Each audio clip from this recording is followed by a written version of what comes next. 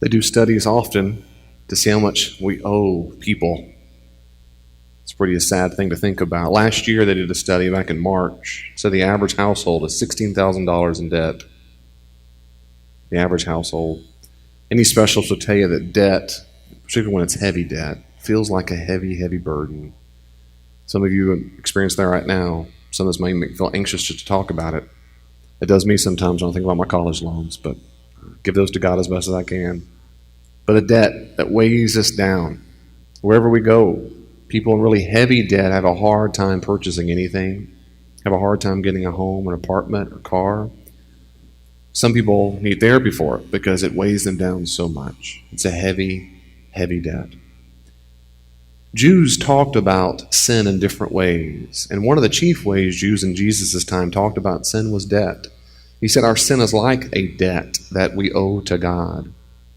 In fact, the Christian view is that we're really in debt. It's greater than $16,000 worth. Jesus says in the model prayer in Matthew 6, you remember, forgive us our debts as we forgive those who owe us or who debtors to our debtors. Our sin is like that to Him. It's easy for us to compare ourselves to people we think are pretty good or pretty rotten and then think we're pretty good. I'm no Hitler. I'm no whomever, fill in the blank. I'm not as bad as my mother-in-law. I mean, there's people in life that you might compare yourself to, but it's easy to do that and make ourselves feel pretty good. It's difficult to do that when we compare ourselves to Jesus. And if you don't know Him that well, Jesus was sinless. We see in the Gospels Jesus never committed any sin. He didn't murder, didn't lie, didn't steal. Never hated people, never held grudges. He just didn't. And so when we compare ourselves to Him, and we're supposed to, we realize that we're very much in debt. And at the end of our lives, we will meet God the Father, Son, and Spirit. We'll meet Him, so to speak, face to face. And when we're in His presence, He will know exactly what we owe Him, metaphorically speaking. He'll know. If you have your Bibles, turn to Colossians chapter 2. Colossians chapter 2. Galatians, Ephesians, Philippians, Colossians. Can't miss it. Colossians chapter 2. We'll start in verse 8. Colossians chapter 2. The Apostle Paul is writing to a church in the city of Colossae. They're primarily all Gentile Christians like you and me.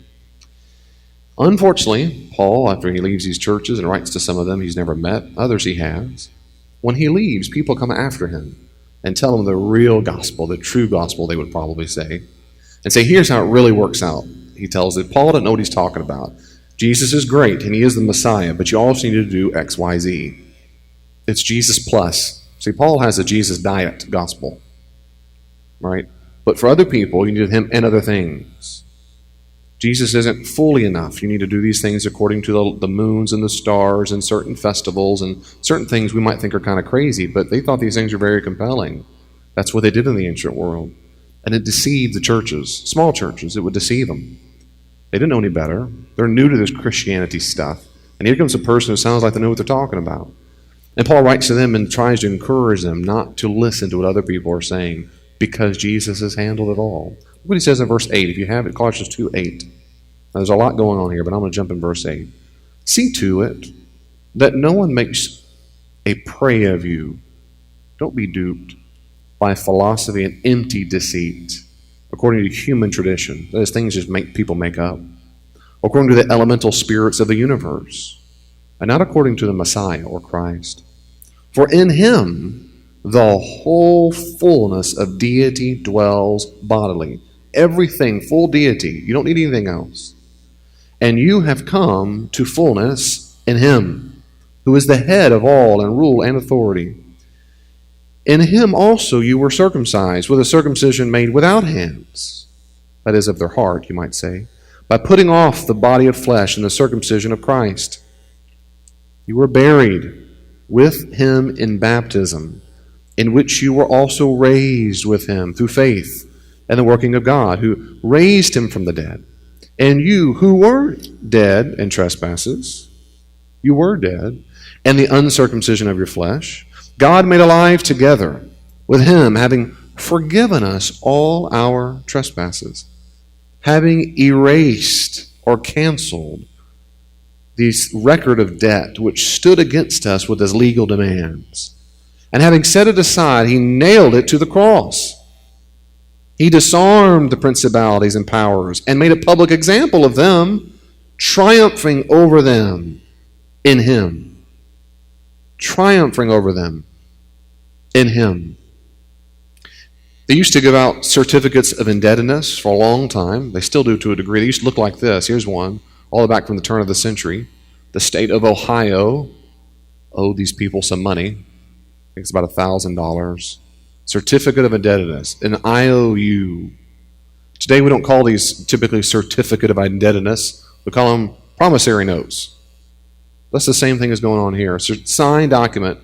It's a written promise to pay a sum. Verse 14, he says he's canceled the certificate of debt, the promissory note. That's precisely what the cross has done.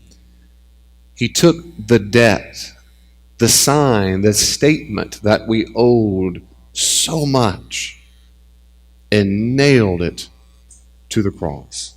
And nailed it to the cross. Not only did he take that debt and sign it, he defeated the evil powers. You need to understand, because this is true then as was true then as is now. They certainly believe there are evil rulers and authorities. Your translation might have something else there. In verse 15, principalities and powers. Is that what your translation is? Something like that? Rulers and authorities.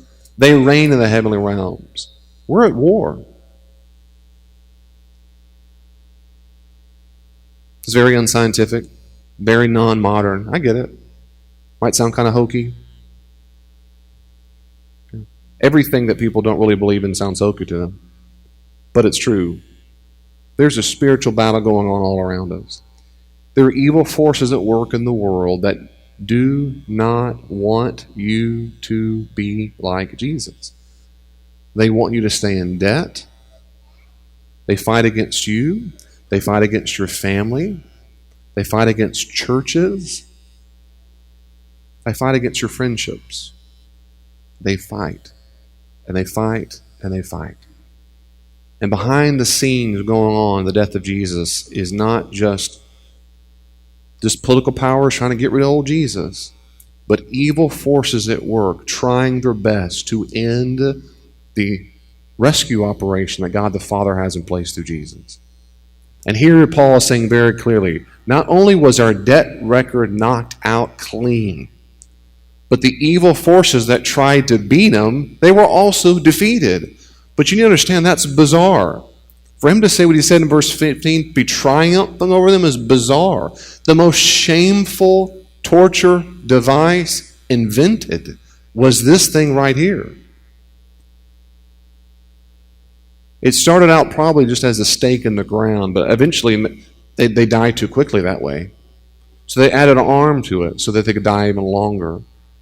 Almost always they died naked in front of city streets, interstates, you might say, crossways, intersections, so that everyone in the world could see as they walk by what happens when you threaten Rome.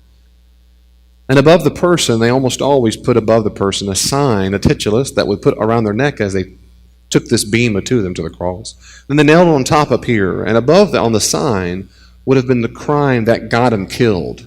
Not necessarily all the crimes they were supposedly guilty of, but the one that they were being crucified for. And we know what Jesus has said because all four Gospels say it. The claim that got him killed, supposedly, was to be the king of the Jews. And in 3 different languages. Nobody wanted to be crucified. Romans rarely in the history of Rome ever crucified Romans. It was so bad.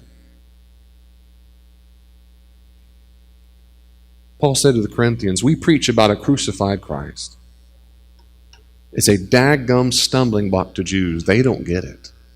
And it is nonsense to Gentiles. Who in their right mind would want to sing songs to a dude who was killed in a torture device? What is wrong with y'all? Why would you think for a second this is victorious? You need to hear the irony in this verse 15. Now, the reason why we celebrate it, the reason why it's so wonderful, It's because of what it means for us. Sisters and brothers, in a world that tells us to put our allegiance on all kinds of other things and tells us that bombs, no matter how big they are, can really rid the world of evil. It's not true. There is only one conceivable way to end evil in the world, and that's to get rid of all the humans. The second best way to do it is for someone to take care of the evil consequences that we're owed. And that is why it's a victorious cross. That's why we celebrate on Good Friday. That's why we celebrate, in fact, Good Friday service. Why we do, in fact, celebrate it. But not everyone feels that way in this room and out at this church and most churches around the world. They walk around heavy laden. They don't put down their certificate of indebtedness. They stare at it daily, and they live with constant regret and remorse and guilt. And with tears on their face, I meet them through the years and say, David, you don't know what I've done. And they've never laid it down at the cross. In their mind, they believe it, they understand it, but they don't believe it yet. That old anecdote, it's too good to be true. It's not too good to be true. But to believe it, sometimes it is. And so for those of you particularly who struggle, that maybe you just don't struggle at all, I want you to say this with me as we think more clearly, this horrible torture device used and the victory that it brings. We can say this. The evil powers that once had complete control over me have been defeated. My debt has been paid by Jesus' victorious death. It's a wonderful cross. Now, if you can believe that even a little bit tonight, would you say that with me? The evil powers that once had complete control over me have been defeated. My debt has been paid by Jesus' victorious death. That's why it's a wonderful cross. It's been paid. David, I don't fully understand that. I don't either. I've got 3 degrees. I don't get it. It is a mystery that baffles my brain, and I will never fully understand it.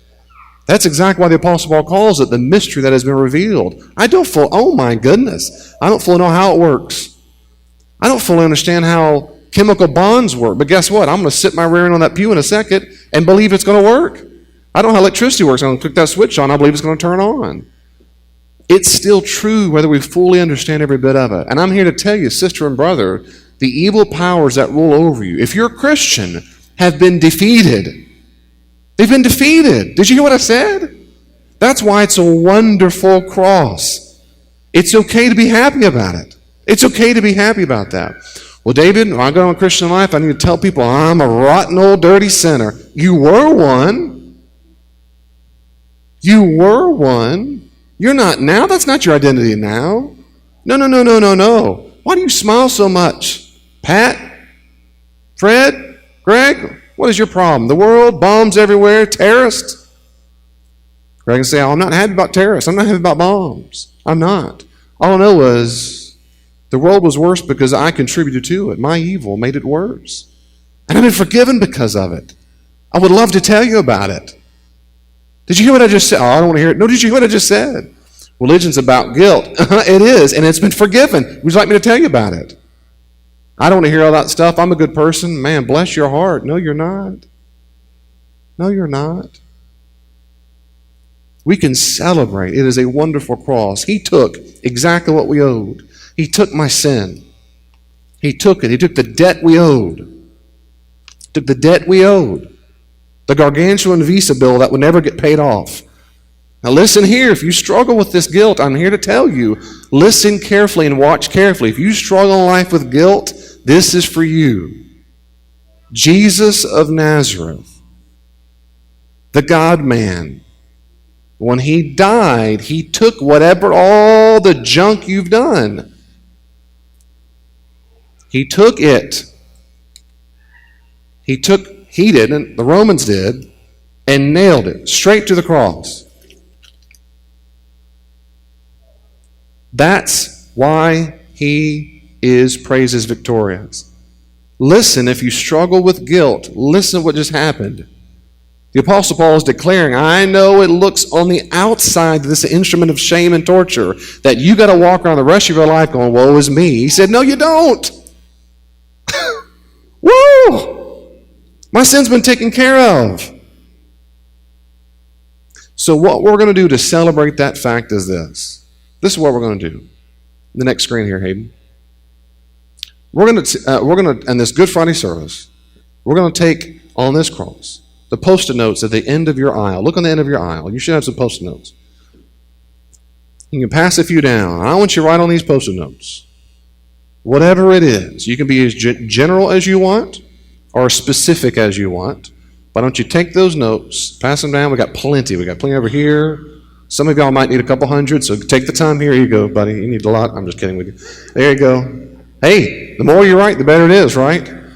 If you struggle tonight, walking around life, oh, if they only knew, write it down. As general as you want, as specific as you want. That's up to you. Don't put your name on it, social security number, just put your name, none of that. Just put your sin, write it out. And in a second, what's going to happen is you're going to stand up and we're going to have communion. We're going to communion over here on the side. You're going to walk this way, have communion. You can come up here, and you're going to take your sins. We're going to give you a nail, because that's what you get in return, a reminder that it's over. Go back to your seat. What do you need to write down? What do you need to write down? Don't ever forget the cost it took to do what we're about to do.